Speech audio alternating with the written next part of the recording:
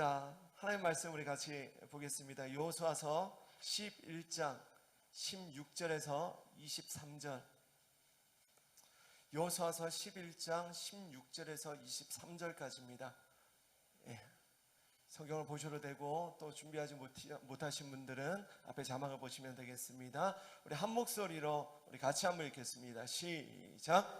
여호수아가 이같이 그 온 땅 곧 산지와 온 내겝과 고센 온 땅과 평지와 아라바와 이스라엘 산지와 평지를 점령하였으니 곧 세일로 올라가는 할락산에서부터 헤르몬산 아래 레바논 골짜기의 바알가까지라.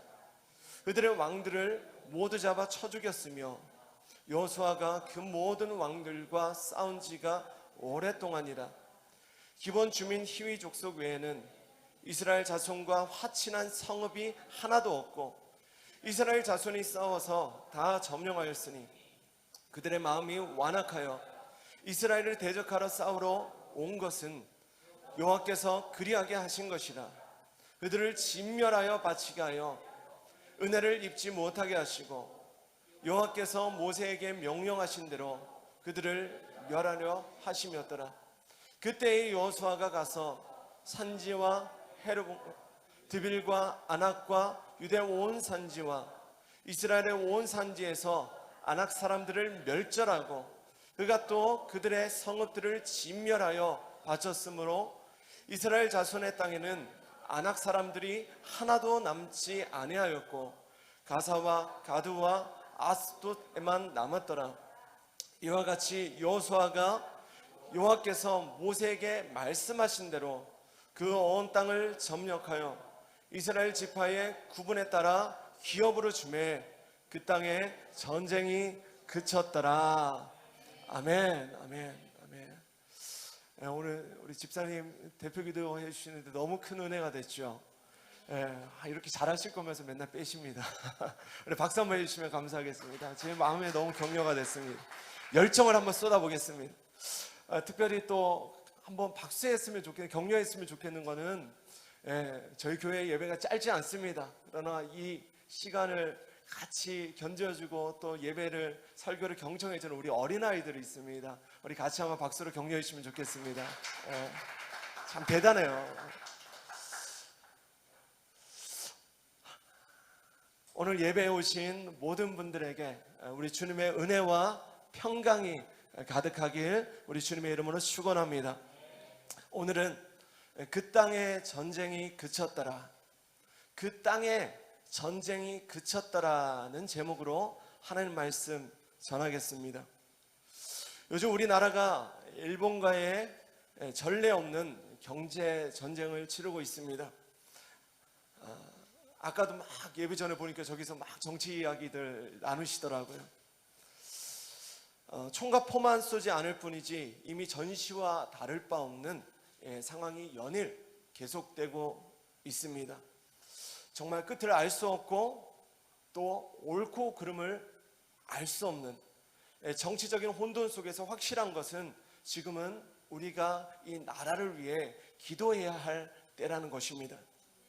하나님, 수많은 순교자들이 피를 뿌린 대한민국입니다. 절대로 이 나라를 포기치 마시고 당신의 정의와 공의와 긍휼로 이 나라를 끝까지 다스려 주시옵소서. 평화의 왕 되신 주님께서 이 나라에 평화를 주옵소서. 그리스도의 복음이 계속적으로 전진하게 하시고 하나님 나라의 통치가 이 나라 구석구석에 임하게 하여 주옵소서. 이렇게 기도하는 것은 이 나라의 국민된 우리 그리스도인들의 거룩한 책임인 줄로 믿습니다. 나라가 어려우니 정말 많은 국민들이 전쟁과 같은 하루하루를 보내고 있습니다. 청소년들은 공부와 진학의 전쟁, 청년들은 취업과 생존의 전쟁, 그리고 어른들은 자녀의 양육과 똑같이 이 생존의 전쟁을 날마다 치르고 있어요. 이 생존의 전쟁은 신자와 불신자 모두가 치르는 전쟁입니다. 며칠 전 어느 인터넷 기사에서 이런 기사를 봤습니다. 대한민국 소득 상위 20%와 하위 20%의 소득 격차가 역대 최고로 벌어졌다는 거예요.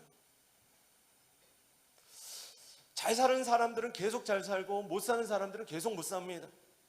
소득 상위 20%의 평균 월소득이요 942만 원이래요. 예, 살짝 부러워요. 그런데 하위 20%의 월소득은요 132만 원이랍니다. 표정이 난데 이러시는 분들이 있어요. 거기다가 청년 실업률은 계속 10%에서 왔다 갔다 하는데 체감 실업률은 20%가 넘는다고 합니다. 역대 최고치예요. 이 모든 수치를 떠나서 대한민국 국민의 대부분이 정말 살기 힘든 시대임을 절감하고 있습니다. 어디를 가나 힘들대요. 어디를 가나. 시장에 가도 힘들고 부모님들도 힘들고 어린아이들도 힘들고 가정도 힘들고 교회도 힘들고 할아버지 할머니도 힘들고 모두가 힘든 시대. 그러니 예수님을 믿지 않아도 힘들고 예수님을 믿는 사람들도 힘든 시대. 그러나 저는 이처럼 모두가 힘든 시대에 대안은 단순히 일주일에 한 번 교회 가는 그런 종교 생활이 아닌 우리가 참된 신앙을 가지는 것이라고 믿습니다. 정말 예수님을 믿어보는 거예요. 자, 마태복음 11장 28절에서 30절 우리 같이 한번 읽겠습니다. 앞에 보시면 됩니다. 시작. 수고하고 무거운 짐진 자들아 다 내게로 오라. 내가 너희를 쉬게 하리라. 나는 마음이 온유하고 겸손하니 나의 멍에를 메고 내게 배우라. 그리하면 너희 마음이 쉼을 얻으리니 이는 내 멍에는 쉽고 내 짐은 가벼움이라 하시니라. 아멘. 그러므로 참된 신앙이란 우리가 세상의 짐은 벗어버리고 그리고 예수님의 멍에를 우리가 메는 것입니다. 다시 참된 신앙은요 우리의 세상의 짐을 그냥 벗어버리면 끝나는 게 아닙니다. 예수님의 멍에를 메는 거예요. 세상의 짐만 벗으면 대수가 아닙니다. 중요한 것은 예수님의 멍에를 메는 것입니다. 멍에가 무엇인가? 아마 우리 안슬 집사님 아실 거예요. 소 몰아보셨을 것 같아요. 이 멍에가 뭐냐면 일하는 소를 조정하기 위해 씌우는 운전대 같은 겁니다. 운전대. 그래서 우리가 예배의 자리에 오기 전까지 사단은 어떻게든 이 세상에 수고하고 모든 무거운 짐들을 우리에게 다 짐지우는 거예요. 제가 전에도 한번 이야기했습니다. 눈에는 보이지 않지만 다 코끼리 한 마리를 등에다가 업고 오신다고, 교회 오실 때는. 오늘 다 벗고 가시기 바랍니다. 벗어버리는 거예요. 눈에는 보이지 않지만 주 예수님과 동행하지 않던 우리의 등에는요 이미 사단의 멍에가 씌워져 있는 겁니다. 마귀가 원하는 대로 우리를 조종하기 위해 씌워놓은 멍에예요. 이것은 죄의 멍에이고 아까가 우리가 찬양했던 것처럼 두려움의 멍에인 것입니다. 그러나 하나님의 자녀들은 예배를 통해 그 모든 죄와 두려움의 멍에를 벗어던질 자녀된 권세를 가진 자들입니다. 때문에 내 삶의 주인된 권리를 마귀가 아닌 주 예수님께 내어드리고 주 예수님이 주신 쉽고 가벼운 멍에를 우리가 다시 메고 삶의 자리로 나아가는 것, 바로 이것이 우리가 예배를 드리는 동안 반드시 일어나야 할 영적인 작업인 것입니다. 무엇보다 참된 신앙은요 예수님과 동행하는 신앙을, 예수님과 동행하는 삶을 말합니다. 시편 16편 8절에 이렇게 말씀합니다. 내가 여호와를 항상 내 앞에 모시며 그가 나의 오른쪽에 계심으로 어떻게 해요? 내가 흔들리지 아니하리로다. 모두가 흔들려요. 엄마도 아빠도 어린아이도 할아버지 할머니도 모두가 흔들리는, 모두가 힘든 그런 시대. 그런 시대에 하나님은 자기를 가까이 하고 자기와 동행하는 하나님의 사람들을 여전히 찾고 계시고 또 그들의 삶이 흔들리지 않도록 하나님은 붙들어 주시는 것입니다. 하나님은 항상 내 앞에 모시는 사람의 삶은 이제는 절대로 흔들리지 않습니다. 환경은 흔들려도 나는 흔들리지 않아요. 폭풍가 몰려와도 내 영혼은 그 태풍의 한가운데 있는 것처럼, 태풍의 눈 안에 있는 것처럼 고요하고 내 영혼은 여전히 잠잠케 되는 것입니다. 제가 가장 좋아하는 찬송가 470장의 1절, 2절 가사가 이렇습니다. 내 평생에 가는 길 순탄하여 늘 잔잔한 강 같던지 큰 풍파로 무섭고 어렵던지 나의 영혼은 늘 편하다. 저 마귀는 우리를 삼키려고 입 벌리고 달려와도 주 예수는 우리의 대장되니 끝내 싸워서 이기겠네. 그래서 어떻게 고백해요? 내 영혼 평안해. 내 영혼 평안해. 오늘 주 예수님으로부터 말미암는 하늘 평안이, 이 세상이 줄 수도 없고 알 수도 없는 그 하늘 평안이 여러 가지 문제들로 흔들리는 우리의 마음을 굳게 붙들어주시길 주의 이름으로 축원합니다. 또 하나 참된 신앙은요, 교회 공동체와 함께하는 신앙입니다.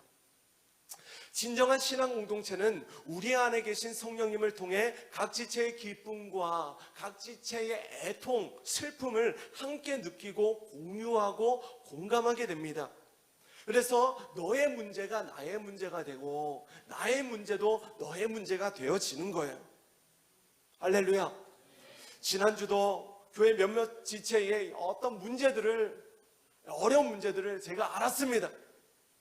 그런 말이 있습니다. 모르는 게 약이다. 그런데 알아버리는 거예요.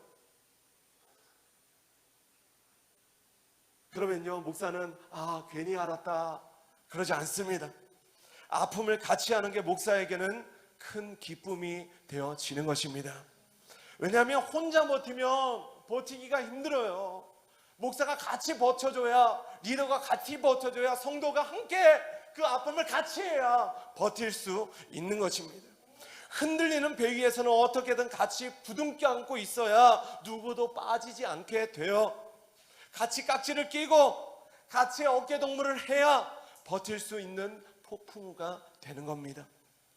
때문에 교회 공동체야말로 모두를 흔들리게 하는, 더 심하게는 정말 전쟁과도 같은 이 시대를 버티고 견디게 하는 꺼지지 않는 소망이고 또 구원의 방주인 줄로 믿습니다. 우리 모두는 눈에 보여지는 전쟁을 진짜 전쟁으로 인식합니다. 그러나 진짜 전쟁은요, 보이지 않는 전쟁입니다. 잘 들어보십시오. 보이지 않는 곳에서, 우리 눈에 보이지 않는 곳에서 이미 전쟁이 일어났기 때문에 눈에 보여지는 전쟁이 일어나는 것입니다. 이것은 영적인 원리예요. 바로 이것을 한번 따라 합시다. 영적 전쟁. 영적 전쟁이라고 합니다. 영적인 전쟁이 있어요. 우리의 가정에 우리 부부싸움 하잖아요. 우리 자녀와 부모의 갈등이 있습니다. 가정에 여러 가지 문제들이 있어요. 눈에 보여지는 것은 갈등이지만 그 이전에 이미 영적 전쟁이 일어났기 때문에 그 부부 간의 갈등이, 자녀와 부모 간의 갈등이 일어난다는 것입니다. 이 영적 전쟁과 관련된 수많은 책들이 있지만 그 중에 정말 좋은 책 하나를 소개하자면 프랜시스 프란지펜이 쓴 영적 전투의 새 영역이라는 책이 있습니다. 꼭 읽어보시기 바라요. 책의 내용을 잠깐 요약하면 이렇습니다. 우리 눈에 보여지는 모든 전쟁들은 보이지 않는 전쟁이 먼저 일어났기 때문이라는 거예요.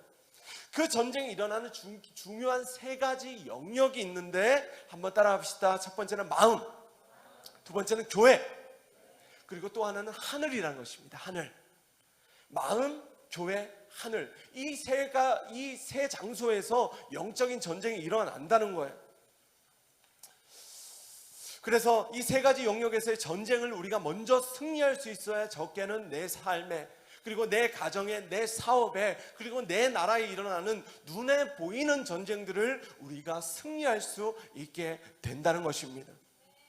다시 말해서 우리 눈에 보여지는 전쟁들은 내가 먹고 사는 문제이고, 맞죠? 생존의 문제, 그리고 자녀와 부모의 갈등, 부부간의 갈등, 다른 사람들과의 관계의 어떤 문제들, 보이지 않는 어떤 미래에 대한 문제, 그 모든 문제의 해결점은요 절대로 돈이 아니라는 거예요. 돈만 있으면 해결될 텐데, 아니에요. 내가 어떤 능력을 갖추면 해결될 텐데, 아니에요. 내가 높은 자리에 올라가면 해결될 텐데, 아닙니다. 어떤 대화를 통해서 다 풀어갈 수 있는 것도 아니에요. 문제를 해결하는 출발점은 우리의 마음인 것입니다. 잠언 4장 23절 말씀처럼 기억하십니까? 모든 지킬 만한 것 중에 어떻게 해요? 더욱 내 마음을 지키라. 생명의 근원이 이에서 남이니라. 이 세상의 모든 만물의 이 가장 중요한 이 생명의 문제가 이 마음을 지키는 것에서부터 출발한다는 겁니다. 그러므로 영적 전쟁의 가장 중요한 요소는요, 우리의 마음을 지키는 것입니다. 마음만 지켜도 전쟁은 이미 반은 이긴 싸움입니다. 지난주에요, 우리 아내에게 레슨하러 오는 한 청년을 제가 만났습니다. 그런데 이 청년이 자매인데 피부가 다 뒤집어 있는 거예요. 막 뻘겋게, 자매인데 너무 마음이 안타까웠습니다. 그래서 제가 이 자매를 위해 기도해 줬습니다. 특별히 저는요, 이 병 고치는 그런 영빨이 없습니다. 그런 목사는 아니에요. 제가 할 수 있는 건 그 사람을 위해 울어주는 것이고, 그리고 그 마음에 아까도 했지만 주 예수님의 샬롬을 선포하는 것밖에 없습니다. 그런데 샬롬, 그 마음에 평안이 있을지어다, 샬롬 하는 이 자매가 펑펑 우는 거예요. 그리고 한 주 뒤에 이 자매를 다시 만났습니다. 그런데 이 자매가 그런 말을 하는 거예요. 목사님께서 기도해 주신 그 다음날 그 피부가 자고 일어났는데 바로 좋아졌다는 거예요. 저도 아주 가끔은 이런 일들을 합니다. 아주 가끔이에요, 아주 가끔. 근데요, 진짜 해결책은요, 막 예수의 이름으로 떠나갈지어다, 뭐 어떤 문제가 막 이런 게 아니라 그냥 샬롬이었던 거예요. 샬롬, 마음의 평화. 오늘 그 평화, 세상이 줄 수 없는 평화, 내 방에 있는 그 침대가 내게 줄 수 없는 평화, 게임이 내게 줄 수 없는 평화, 그 평화, 주 예수님의 평화를 오늘 온 교회에 다시 한번 믿음으로 선포합니다. 모든 성도들의 마음 가운데 그리스도의 평안이 넘칠지어다. 또 하나 그리스도인들의 중요한 전쟁터는 이 세상이 아니라 교회입니다. 교회. 어떤 사람들이 이야기합니다. 삶의 예배가 진짜 예배입니다. 교회에서 드려지는 예배가 진짜 예배가 아니라 삶에서 드려지는 예배가 진짜 예배입니다. 그래서 우리의 신앙은 교회에만 머물러 있어서는 안 됩니다. 다 맞는 말이에요. 그러나 교회에서의 예배가 병들었는데 우리의 삶의 예배가 가능할 턱이 없습니다. 교회에서 보여지는 신앙이 엉망진창인데 삶의 현장에서 마귀와의 싸움에 이길 턱이 없는 거예요. 못 이깁니다. 그래서 교회는 우리가 삶의 전쟁을 너끈히 승리하도록 전쟁을 준비하고 훈련시키는 이 베이스 캠프와 같은 곳입니다. 그리스도인의 베이스 캠프는 집이 아닙니다. 내 방이 아니에요. 거기는 전쟁터입니다. 방은 전쟁터예요. 진짜 전쟁은 교회에서 준비하는 것입니다. 이 베이스 캠프에서 우리는 삶의 전쟁을 싸울 수 있는 전신 갑주를 입어야 돼요. 진리의 허리띠, 의의 갑옷, 평안의 복음의 신, 구원의 투구, 믿음의 방패, 성령의 검, 하나님의 말씀, 이 모든 무기를 지니고 세상에 나아가야 쥐어 터지지 않는데 아무것도 없이 그냥 교회 와서 시간만 때우다가 교회 와서 그냥 반가워 교제만 하다가 집으로 돌아가니 이 세상 속에 무기력한 신자로 살게 되는 것입니다. 마태복음 18장 18절은 이렇게 말씀합니다. 같이 읽겠습니다. 시작.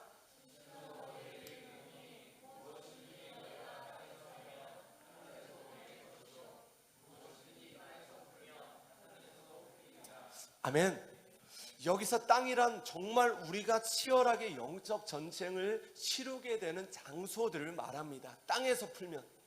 그래서 이 땅은요, 첫째는 우리의 마음이고 둘째는 교회를 말하는 것입니다. 그 두 장소에서 우리가 기도를 통해 매면 하늘에서도 메어지고, 그리고 이 땅에서도 풀면 하늘에서도 풀려진다는 거예요. 하늘에서 풀려진다, 다른 말로 하나님이 일하신다는 것입니다. 하나님께서 일하실 때에 비로소 이 땅에 우리의 눈에 보여지는 다양한 문제들이 있잖아요. 또 교회가 성도들이 겪고 있는 수많은 문제들이 있습니다. 그 모든 전쟁들이 비로소 그치게 되는 것, 바로 이것이 영적 전쟁의 원리라는 것입니다. 원래 오늘부터 지난주에 공지했지만 정말 제자가 될 것인가? 이 시리즈 설교를 10주간 제가 시작할 예정이었습니다. 그러나 성령께서 감동 주셔서 한 주를 더 미뤘습니다. 그 이유는 요즘 여러 성도들 안에 일어나는 마음 전쟁, 그리고 삶의 전쟁들을 보면서 또 목사가 경험하는 이 교회의 실제적인 영적 전쟁을 보면서 하나님께서 이 전쟁들에 대한 승리의 선포, 할렐루야, 종전의 선포,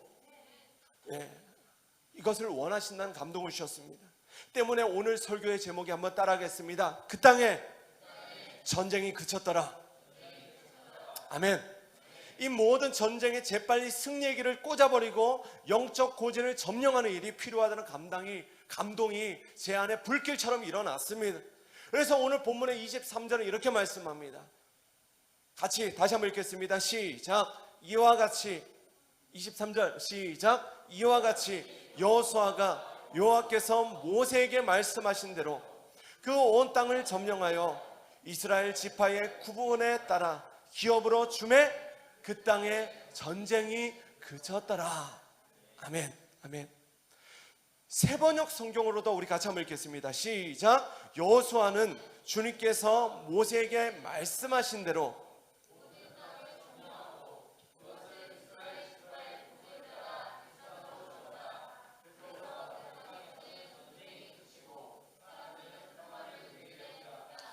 할렐루야. 자, 오늘 말씀 듣다가 기도하다가 저와 여러분들 안에 모든 삶의 전쟁이 그치게 되고 주님 주신 평화를 누리게 되시길 주의 이름으로 축원합니다. 평화. 이제 본문으로 들어가 보면 오늘 말씀은 이스라엘의 가나안 정복 전쟁의 이제 마지막 씬입니다. 마지막 장면. 이스라엘은 10장에서 여호수아 10장에서 가나안 남부 지방을 다 정복하고 11장에서는 북부 지방을 다 정복해요. 그리고 드디어 가나안 전체를 정복하는데 성공하게 됩니다. 18절에 보면 그 모든 왕들과의 싸움이 오래 걸렸다고 하는데 역사적으로 보면 7년이나 걸렸습니다. 자, 19절 같이 읽겠습니다. 19절 시작. 기브온 주민 히위 족속 외에는 이스라엘 자손과 화친한 성읍이 하나도 없고 이스라엘 자손이 싸워서 다 점령하였으니. 전에 여호수아와 이스라엘은 우리 여호수아 성경을 읽으신 분들은 아실 거예요. 기브온의 이 나그네와 거지를 가장한 거짓 항복에 깜짝같이 속아서 그들과 화친을 맺습니다. 화친. 그리고 그들의 생명까지 보장하겠다는 맹세를 하나님 앞에 해버립니다. 왜요? 하나님 앞에 여호수아가 하나님 앞에 이스라엘 리더들이 하나님께 묻지 않아서 실수해버린 거예요. 실수. 사실 그리스도인들의 대부분의 실수는요, 하나님 앞에 묻지 않아서 그렇습니다. 묻지 않아요. 하나님의 뜻이 아닌 내 뜻대로 선택하고 내 뜻대로 결정할 때가 우리는 너무나 많습니다. 말씀 잘 들어보십시오. 특별히 우리 청년들 잘 들어요. 생각과 기도는요 완전히 다릅니다. 그런데 많은 이들이 내 생각을 기도로 착각해요. 생각을 많이 했는데 지가 기도한 줄 압니다. 그리고 생각을 내가 보기에는, 목사가 보기에는 생각을 엄청 많이 했어요. 생각을 많이 했는데 그 입으로는 목사님 제가 기도해 봤는데요 라고 이야기합니다. 그리고 정말 기도했더라도 하나님의 뜻을 정확히 알 수 있는 게 아니에요. 목사도 기도만 한다고 하나님의 뜻을 정확히 알 수 있는 게 아닙니다. 우리의 기도는요 대부분 내 생각과 하나님의 생각, 내 뜻과 하나님의 뜻이 범벅이 되어 있어요. 우리의 기도는 잘 몰라요. 그래서 우리는 어떻게 해야 되는가? 하나님의 뜻은요 성경과 기도와 환경과 교회 지도자. 자, 다시 한번 따라합시다. 중요합니다. 첫 번째 성경, 두 번째 기도, 세 번째 환경, 그리고 마지막 교회 지도자. 이 네 가지를 다 거쳐야만 정확히 분별이 되는 것입니다. 어떤 사람, 이런 사람들이 있어요. 목사님, 이 일에 대한 하나님의 뜻은 무엇입니까? 목사님, 이 집을 사는 게 맞습니까? 저는 절대 대답 안 해줍니다. 잘못 샀다가 막 집값 떨어지면 어떡해요? 제가 다 뒤집어 써야 되잖아요. 아니요, 목사는 몰라요. 그런 거 몰라요. 그런 거는 누가 잘 맞춰요? 점쟁이가 잘 맞춰요. 점쟁이. 점 보지 마시기 바랍니다. 네, 아니에요. 하나님의 뜻을 분별하시기 바랍니다. 아멘이십니까? 성경과 기도와 환경과 교회 지도자를 통해 이 네 가지를 다 검증하셔야 돼요. 그래야 보다 분명한 하나님의 뜻을 우리는 알 수 있게 되는 것입니다. 이것을 배우셔야 성숙한 그리스도인들이 돼요. 어떤 사람은요, 죄송합니다, 목사님 기도해 봤습니다. 목사님 성경에서도 뭐 이렇게 대략적으로 이렇게 말씀하셨습니다. 이렇게 하겠습니다. 근데 때때로는 그 내용이 목사의 뜻과 부딪힐 때가 있어요. 근데 또 목사 말은 절대 안 들어요. 이것도 건강한 신앙이 아니라는 겁니다. 아멘이십니까? 목사의 말이 하나님의 말이 아니에요. 이것도 아멘이십니까? 여러분, 건강한 신앙으로 나아가시 바랍니다.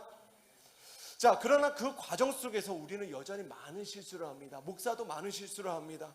그러면 우리는 죽을 때까지 실수만 하다가 천국 가야 되는가? 그렇지 않다는 거예요. 19절 말씀이 우리를 도전하는 것입니다.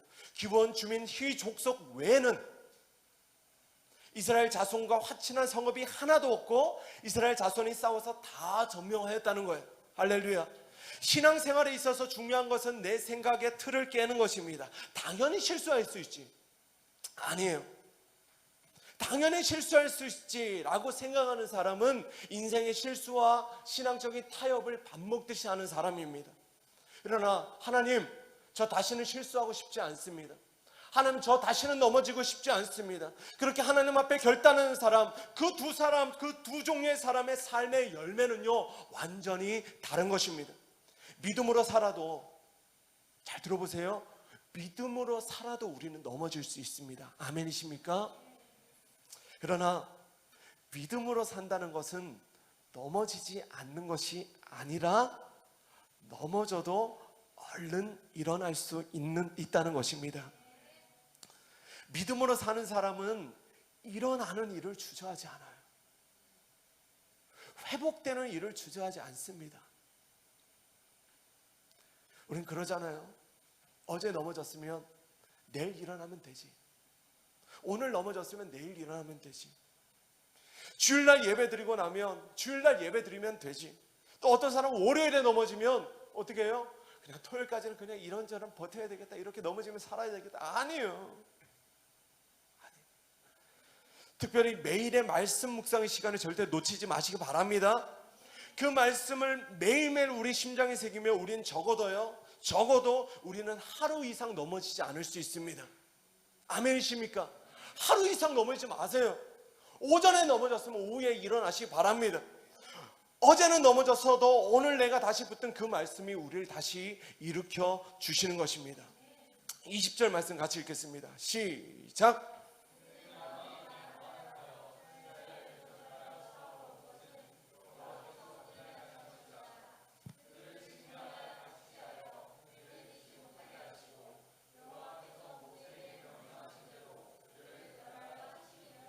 아멘. 우리가 전도를 해보면 가장 두려운 사람이 누구냐면요, 마음이 완악한 사람입니다. 여기서 완악하다는 것은 전도하기 어려운 사람은요, 얼굴이 완악한 사람이 아니에요. 막 험성궂고 아니에요. 마음이 단단한 사람들이 있습니다. 이 사람이 어려워요. 완악하다는 것을 다른 번역으로 보면 마음이 고집스럽다는 거예요. 고집불통. 그래서 마음이 고집스러운 사람, 이 사람이 가장 전도하기 두려운 사람이에요. 복음에 안 들어갑니다. 마음이요, 악어 가죽입니다. 열려지질 않아요. 심지어는 교회 안에도 이런 사람들이 있습니다. 교회 안에도 신앙을 가져도, 목사님, 저는 제 신앙에 마이웨이가 있습니다. 마이웨이. 내 스타일이 있어요. 제 나름의 믿는 방식이 있습니다. 쉽사리 신앙의 태도를 바꾸려 하지 않아요. 그런 사람은 그 얼굴에 고집이라고 쓰여져 있습니다. 고집. 목사가 신령해서가 아니라 예수님을 믿어도 이 자리에 있어도 얼굴에 고집하고 쓰여져 있는 사람이 있다는 거예요. 옆에 분들 한번 바라보십시오. 고집 쓰여져 있는가? 혹시 고집하고 쓰여져 있으면 지우개로 빡빡 지워버리시기 바랍니다. 제 이 설교 저도 연습하거든요. 계속 몇 번 노트를 적어놓고 3번, 4번, 5번 계속 읽어봅니다. 그런데 이 연습을 하고 있는 것을 주로 에노기가 정탐해요. 염탐합니다. 어느 설교는 이번 주 설교는 이런 내용이네. 그런데 딱 이 내용을 쓰고 있는데 딱 이걸 본 거예요. 그러면서 에노기가 그런 겁니다. 아빠, 설교는요 웃으면서 진지해야 돼요. 그러더라고요. 웃으면서 진지하게 듣는 게 설교라는 거예요. 와, 이게 뭐냐면 웃으면서 진지하게 들을 수 있는 게 부드러운 마음이라는 것입니다. 부드러운 마음, 고집스러운 마음이 아니에요. 때문에 오늘 우리에게 필요한 것은 에스겔 36장 26절에 말씀하신 것처럼 새로운 마음이고 새로운 영인 것입니다. 내 마음이 그리스도의 마음으로 채워지고 내 영이 성령님의 지배를 받을 때에 돌같이 굳어있던 딱딱했던 우리의 마음이 부드러운 마음, 하나님의 말씀에 순종하고 반응할 수 있는 마음으로 변화되는 것입니다. 20절 말씀을 보면 완악한 가나안 민족을 대하여 여호수아가 취했던 전쟁의 방식이 있는데 아주 중요합니다. 한번 따라 하시겠습니다. 여호와께서 명령하신 대로. 그러므로 우리가 이 완악한 세상과 고집불통인 세상과 우리가 쉽사리 이길 수 없는 이 세상을 대하여 우리가 자꾸만 패배하는 이유는 어떻게 돼요? 여호와께서 명령하신 대로 하지 않아서 그렇습니다. 내 방법대로 해서 그래요. 내 방법대로. 때문에 이사야서 59장 1절 2절은 이렇게 말씀합니다. 같이 읽겠습니다. 시작.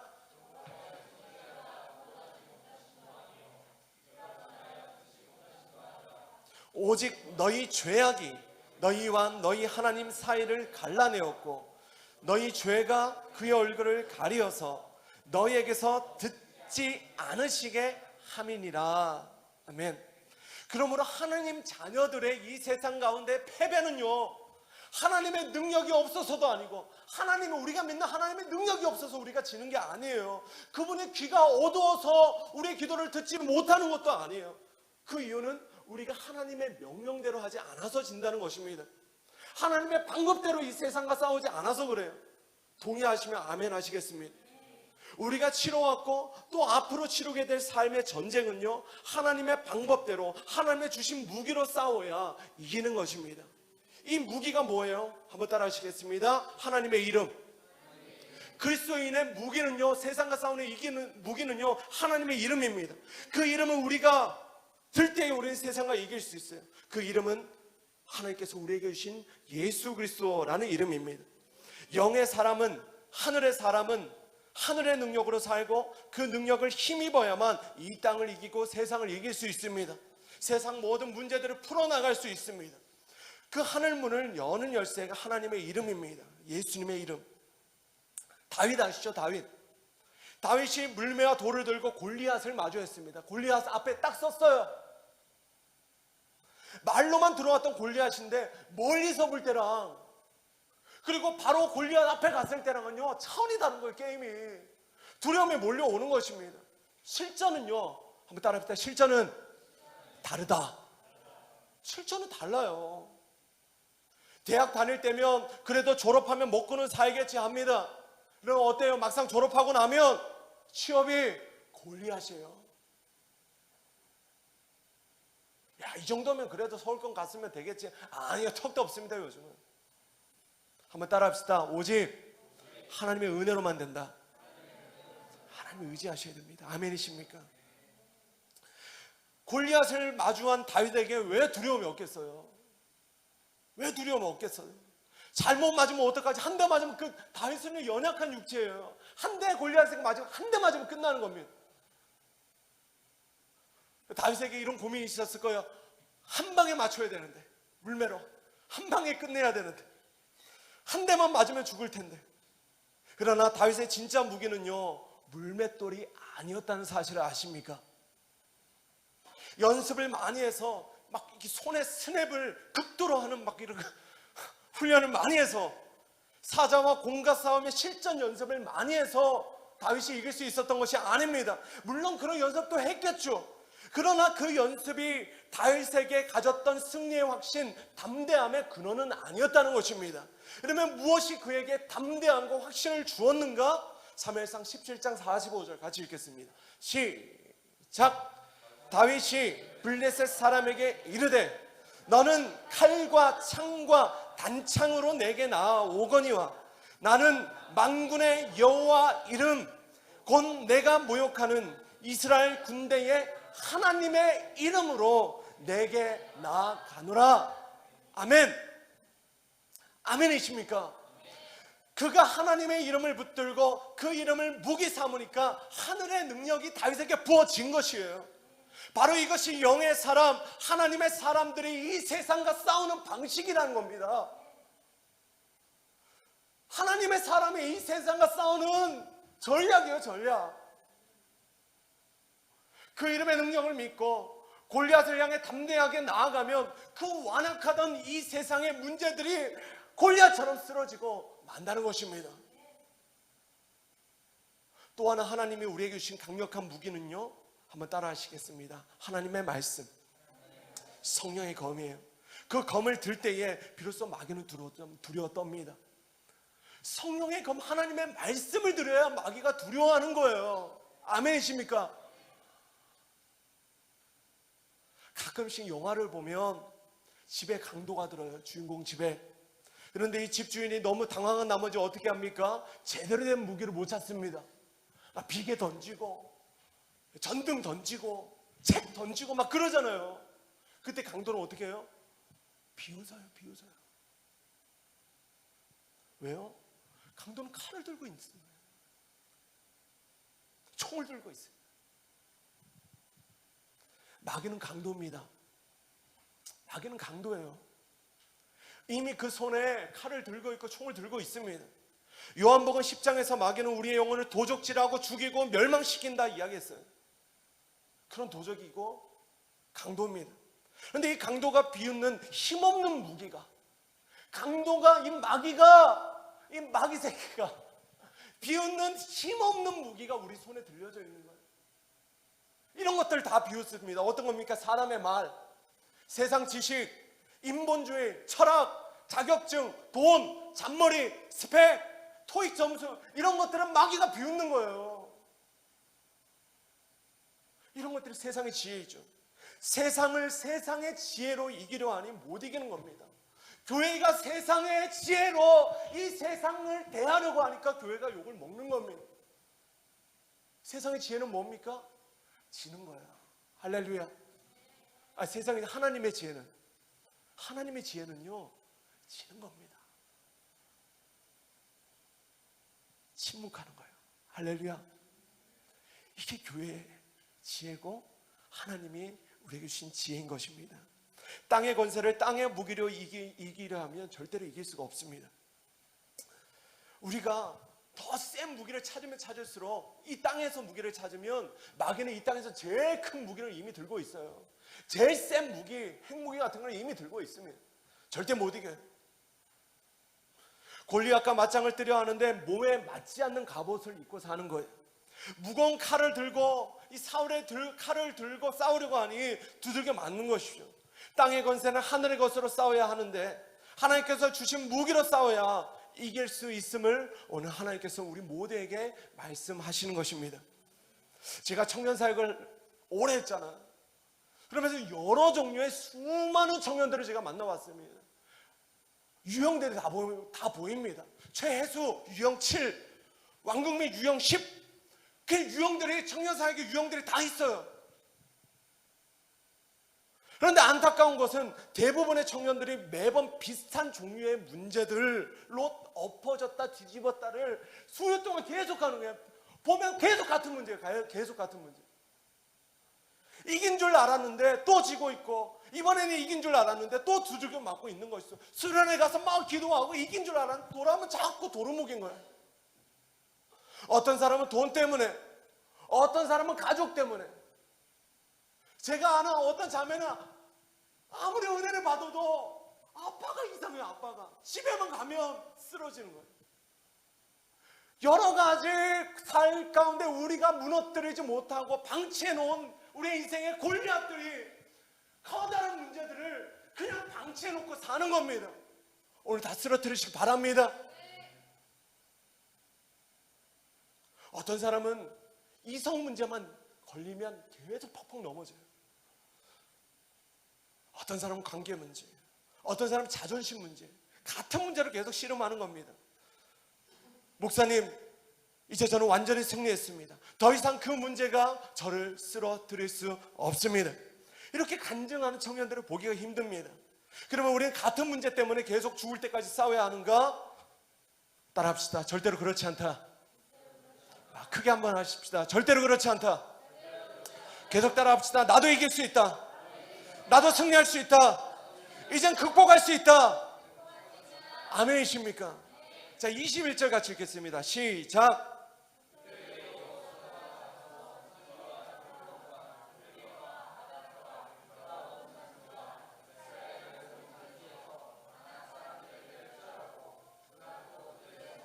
진멸하여 빠졌으므로. 아멘. 자, 여기서 멸절, 진멸이라는 이 두 단어가 굉장히 중요합니다. 문제가 씨가 말라버린 거예요. 할렐루야. 네. 우리의 삶의 문제가 진멸되고, 우리의 삶에 한결같이 수년간 여전했던 그 문제가 이제는 진멸되어지는 것입니다. 그런데 여기서 이스라엘이 씨를 말려버린 안악자손들, 안악자손들을 진멸하고 멸절했잖아요. 이 안악자손들이 누구인가? 민수기 13장 3절, 33절 같이 읽겠습니다. 시작. 거기서 네피림 후손인 안악자손들의 거인들을 보았나니 우리는 스스로 보기에도 메뚜기 같으니 그들이 보기에도 그와 같았을 것이니라. 아멘. 그들은 우리가 보기에 거인 같고 골리앗 같고 그 앞에만 서면 나 자신이 메뚜기 같이 같아 보이는 그런 두려움의 실체, 바로 그것이 안악자손들인 거예요. 안악자손. 오늘 이 안악자손들을 다 진멸하고 멸절하고 씨를 말려버리는 성도님들 되시길 소원합니다. 그런데 그들이 어떻게 진멸할 수 있었는가? 이게 제일 중요합니다. 오늘 설교 핵심이에요. 자, 23절 같이 읽겠습니다. 시작.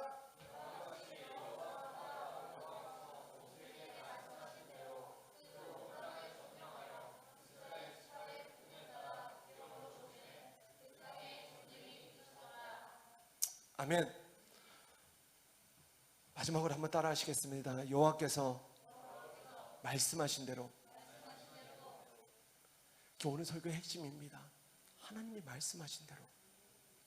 그래야 문제들이 씨가 말라버린다는 거예요. 말씀을 정리합니다.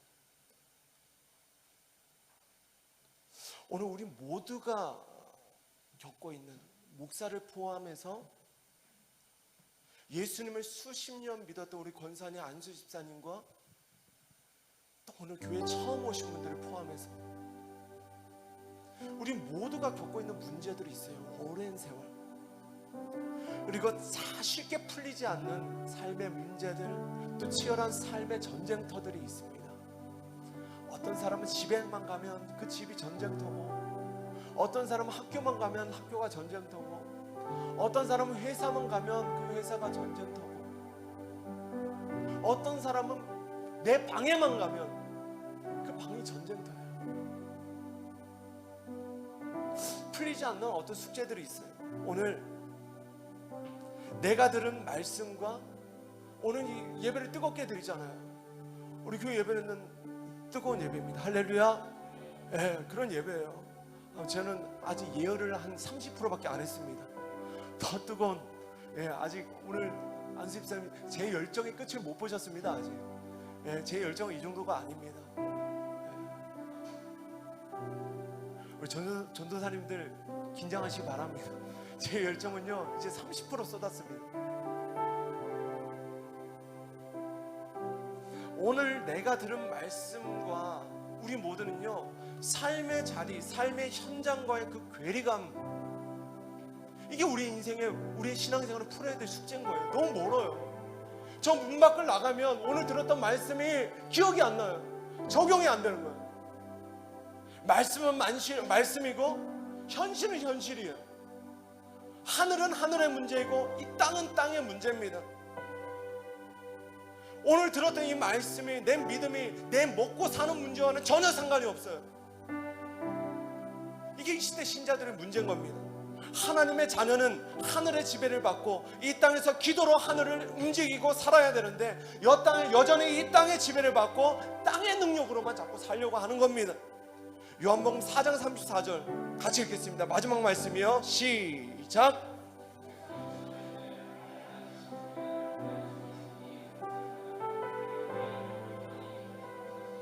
아멘. 예수님의 양식은 하나님의 뜻을 이루는 것이었습니다. 아멘이십니까? 그런데 우리의 양식은 뭐냐면 내 뜻을 이루는 거예요.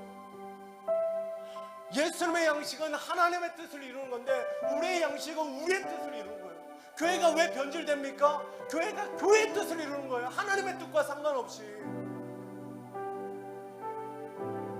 하나님의 성공과 하나님 나라의 성공과 교회의 성공은 다른 거예요. 숫자가 많아지는 게 하나님 나라의 성공이 아닙니다. 제자가 많아지는 것이 하나님 나라의 성공인 것입니다. 내 성공, 내 부여, 내 명예, 그런 것들만은 내 양식 삼으니까 땅의 일들만, 죽을 때까지 땅의 일들만 이루고 사는 거예요. 천국은 갑니다.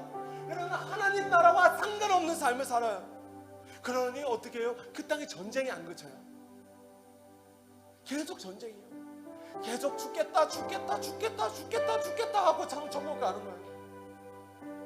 살겠다 하다가 천국 가야 되는데, 샬롬 하다가 천국 가야 되는데, 죽겠다 하고 천국 가는 거예요. 하나님이 우리에게 바라는 삶은요, 기대하는 삶은요, 이 땅을 충만히 사는 거예요. 할렐루야. 영생을 사는데, 영생은 지난주에 말씀드렸지 않습니까? 언젠가 천국 가서 누리는 게 아니라고. 이 땅을 천국같이 사는 것입니다. 아멘이십니까? 제가 페이스북이나 막 인스타에 저의 가족 막 이렇게 사진 올려요. 그러면 댓글이 쭉 달립니다. 항상 대부분 뭐라 걸려요? 너무 행복해 보이는 가정이네요. 너무 아름다운 가정이에요. 할렐루야. 저 연기한 게 아니에요. 정말 행복합니다. 아멘이십니까?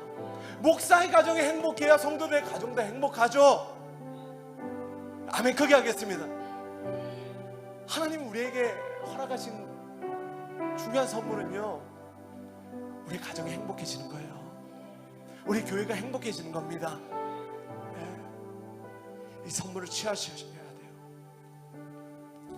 이제는 하나님의 일을 이루는 여러분의 삶이 되기를 바랍니다. 그러면 양식이 바뀌어져요. 예수님이 이야기하셨습니까? 나의 양식은 나를 보내신 이의 뜻을 행하는 것이다. 우리의 양식이 바뀌어져야 됩니다. 양식을 바꾸시기 바랍니다. 땅의 양식으로 살지 마시고 하늘의 양식으로 사시기 바랍니다. 하늘의 양식은 하나님의 말씀이에요. 그 말씀을 날마다 읽고 듣고 순종하다 보면 어느새 내 삶의 전쟁들이 승리한 전쟁들이 되어지는 것입니다.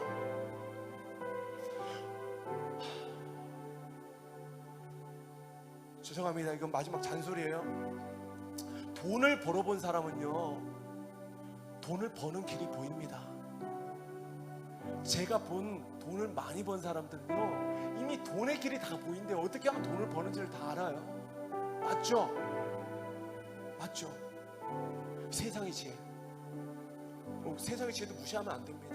좋은 거예요. 잘 이용해야 됩니다. 그런데 잘 보십시오. 목사는 믿음으로 살아봤잖아요. 이렇게 살면 믿음의 길을 갈 수 있다는 것을 목사는 압니다. 가르쳐주고 싶어요. 할렐루야. 이렇게 하면 믿음으로 산다. 이건 제가 스스로 터득한 게 아니라 하나님의 말씀을 통해 배운 거예요. 하나님의 말씀하신 대로 우리가 예수님을 믿으면 우리 신앙생활은 놀라운 변화가 일어나게 되어 있습니다. 오늘 우리 모두를 향한 하나님의 뜻은 완전한 승리입니다. 여러분, 승리하시길 원하십니까? 원수의 어떤 권세들, 문제들을 이제 진멸하기를 원하십니까? 예, 아침과 저녁이다는 헬라 빼딱이 신앙이 아니라 아침에도 이기고 저녁에도 이기고. 할렐루야. 느헤미야서를 보면 예루살렘 성전 재건을 위해 일하는 자들 중에 절반은 그냥 일을 하고요, 절반은 칼을 차고 일했습니다. 칼을 차고. 그리고 또 절반은 칼을 들고 있었어요. 이게 뭐냐면, 이 칼이 뭐냐면 하나님의 말씀이에요. 할렐루야. 우리의 일터에서 일상의 삶 가운데 하나님의 말씀을 놓지 않으면 우리 이 세상과 대하여 승리할 수 있다는 것입니다. 놓으면 죽는 거예요. 놓으면.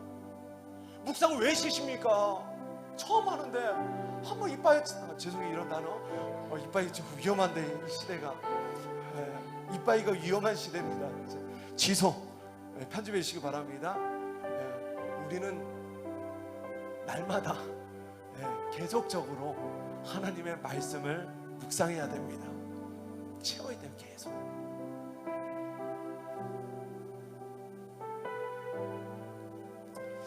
무엇을 선택하시겠습니까?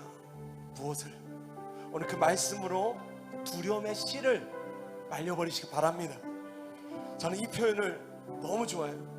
그 말씀은요, 하나님의 말씀은요, 우리 안에 가득한 패배의식들, 하나님의 말씀은 우리 안에 가득한 신자들아, 이 시대의 신자들, 교회들 안에 가득한 패배의식을 패배시켜버립니다. 이해 못하셔서 아멘 안 하시는 거죠. 하나님의 말씀은 다시 우리 안에 가득한, 신자들 안에 가득한 이 세상에 나아가면 깨질 거야, 나는 실패할 거야, 잘 안 될 거야 라는 이 패배의식을 패배시키는 것이 하나님의 말씀이라는 것입니다. 오늘 그 두려움의 멍에를 다 벗어버리시기 바랍니다. 오늘 마지막으로 목사가 믿음으로 온 교회에 선포합니다. 그 땅에 전쟁이 그쳤더라. 그 마음의 전쟁이 그쳤더라. 그 가정의 전쟁이 그쳤더라. 그 사업가의, 그 사업터의 전쟁이 그쳤더라. 그리고 이제는 그 오래된 싸움터에서, 그 지긋지긋한 전쟁에서 완전한 승리의 간증들이 목사의 귀에, 그리고 목장 식구들의 귀에 가득 들려지길 주의 이름으로 축원합니다. 함께 우리 기도하겠습니다. 한번 찬양하고 우리 기도하겠습니다. 자리에서 같이 한번 일어나